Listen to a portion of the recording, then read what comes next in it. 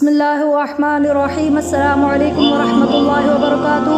हदीस नबी सल्लल्लाहु अलैहि वसल्लम है कि सफ़र अल्लाह के अज़ाब का एक टुकड़ा है। इसलिए फरमाया कि जब कोई सफ़र करे, जब उसका काम मुकम्मल हो जाए तो फ़ौरन अपने घर लौट कर आ जाए। सफ़र में ना तो इंसान को वो सुकून मिलता है जो हज़र में मिलता है, इस वजह से इसकी रुख़सत क्या दे दी। जो आप सेहत की हालत में अपने ही शहर, गांव में और बस्ती में खूबसूरत नमाज पढ़ते हैं, अगर आप सफ़र पर निकले हैं तो वो खुशो खुजू तो नहीं आता। बीमारी जब आ जाए तो वो सुकून तो नहीं आता। अल्लाह ज़ुल जलाल वल इकराम के पैगंबर ने फरमाया, बीमारी की हालत में और सफ़र की हालत में जो इंसान नमाज पढ़ता है तो अल्लाह ताला के फरिश्तों से, अल्लाह ताला फरिश्तों से कहते हैं, मैंने अपने बंदे को कड़ियाँ लगाई हैं बीमारी की, सफ़र की, बीमारी की, ये नमाज वो लिखो, बीमार है बैठ कर पढ़े या लेट कर पढ़े, लेकिन नमाज इसकी वो लिखो जो इसने सेहत की हालत में खूबसूरत पढ़ी थी। अजर उतना ही लिखना। सफ़र में भी ऐसे ही है। आप सल्लल्लाहु अलैहि वसल्लम सुबह की नमाज में 60 से 100 आयतें पढ़ते, लेकिन जब सफ़र में होते तो फजर के फर्ज़ों में सूरतुल फलक और नास पढ़ते और कभी सूरतुल इखलास भी पढ़ते। रुख़सत है और ये रुख़सत अमलन करके भी आप सल्लल्लाहु अलैहि वसल्लम ने बताई। मुशक्क़त से बचाने के लिए अल्लाह रब्बुल इज़्ज़त ने रुख़सतें रखी हैं। उनमें से एक ये है कि आप जब सफ़र पर निकले तो कसर पढ़ें। कितने सफ़र पर निकले तो कसर करेंगे? उलमाए उम्मत के 3 मौक़िफ़ हैं। बाज़ उलमा ने कहा है कि 88 मील यानी कि 88 मील सफ़र हो तो कसर करनी है। दलील क्या देते हैं कि अब्दुल्लाह इब्न अब्बास रज़ी अल्लाह तआला अन्हुमा फरमाते हैं कि अहले मक्का, तुम 4 बुर्द से कम सफ़र पे कसर ना करना।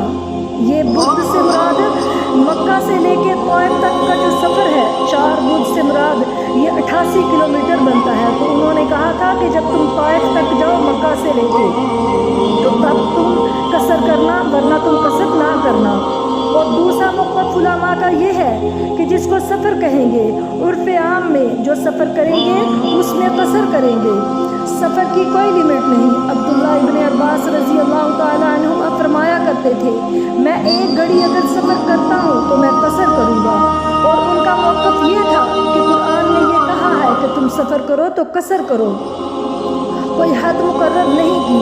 और तीसरा मौक़िफ़ जो सही मुस्लिम की रिवायत के मुताबिक है, रसूलुल्लाह सल्लल्लाहु अलैहि वसल्लम के सहाबी हज़रत अनस बिन मालिक रज़ी अल्लाह तआला अन्हु से नमाज कसर के बारे में सवाल किया गया तो उन्होंने फरमाया कि रसूलुल्लाह सल्लल्लाहु अलैहि वसल्लम 3 मील या मतलब कि 3 फरसख सफ़र करते तो 2 रकातें पढ़ते।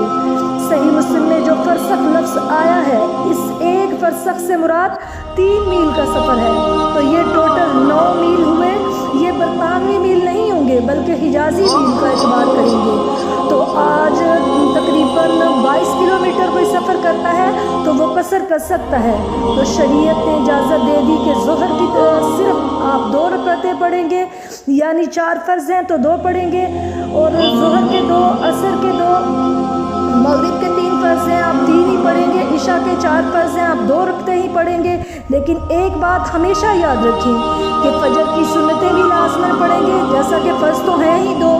तो क्योंकि रसूलुल्लाह सल्लल्लाहु अलैहि वसल्लम ने फजर की सुन्नतें पढ़ी हैं और वितर भी लाज़िमन सफ़र में पढ़े हैं।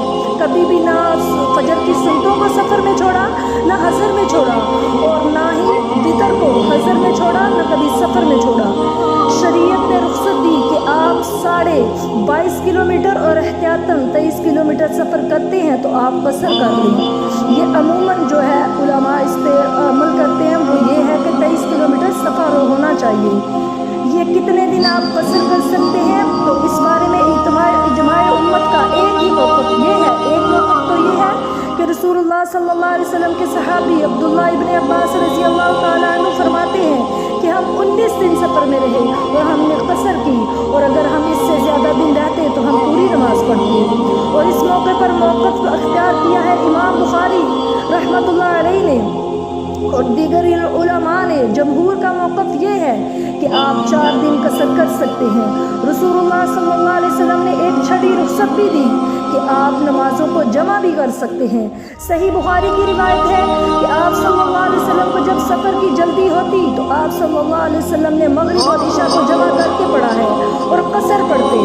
صحیح بخاری کی روایت ہے کہ حضرت انس رضی اللہ تعالیٰ عنہ فرماتے ہیں آپ صلی اللہ علیہ وسلم اگر ظہر کے وقت سفر کرنا چاہتے اور ظہر کا وقت ابھی نہیں ہوا تو آپ صلی اللہ علیہ وسلم ظہر کی نماز کو لیٹ کر لیتے اور عصر کے وقت دونوں نمازیں اکٹھی کر کے پڑھ لیتے اور پڑھتے بھی پھر قصر۔ یہ صحیح بخاری کی روایت ہے۔ معاذ رضی اللہ تعالیٰ عنہ بیان کرتے ہیں، یہ صحیح مسلم کی روایت ہے کہ ہم غزوہ تبوک میں نکلے، اللہ کے رسول صلی اللہ علیہ وسلم ظہر اور عصر کی نماز اکٹھی کر کے پڑھتے، یعنی دونوں ایک ہی وقت میں پڑھتے، اور مغرب اور عشاء کی نماز بھی دونوں ایک ہی وقت پڑھتے۔ ہم نے نبی کریم صلی اللہ علیہ وسلم کو سفر میں دیکھا ہے، سفر میں نمازوں کو اکٹھا جمع کر لیتے۔ صحیح بخاری کی روایت ہے کہ اللہ کے رسول صلی اللہ علیہ وسلم بطحا کی طرف گئے اور آپ صلی اللہ علیہ وسلم نے ظہر اور عصر کی نماز کو اکٹھا کیا، 2 رکعت ظہر کی پڑھی اور 2 ہی عصر کی پڑھی۔ تو سفر کے اندر نمازوں کو جمع کر کے شریعت نے رخصت دی ہے، تو اللہ تعالیٰ ہمیں ان پہ عمل کرنے کی توفیق عطا فرمائے۔ اور اگر کوئی بندہ یہ ثواب سمجھ کے کرتا ہے کہ نہیں بھائی میں چاہے سفر وہ جتنا مختص کیا گیا ہے قصر کے لیے اتنا کر رہا ہوں لیکن پھر بھی میں وہ پوری نماز پڑھوں گا ثواب کے لیے، تو اس کی نماز نہیں ہوگی۔ جہاں سے قصر شروع ہو جاتی ہے وہاں پہ آپ کو قصر ہی پڑھنی پڑے گی۔ تو اللہ تعالیٰ ہم سب کو اسوہ حسنہ پر چلنے کی توفیق عطا فرمائے، آمین۔ السلام علیکم ورحمۃ اللہ وبرکاتہ۔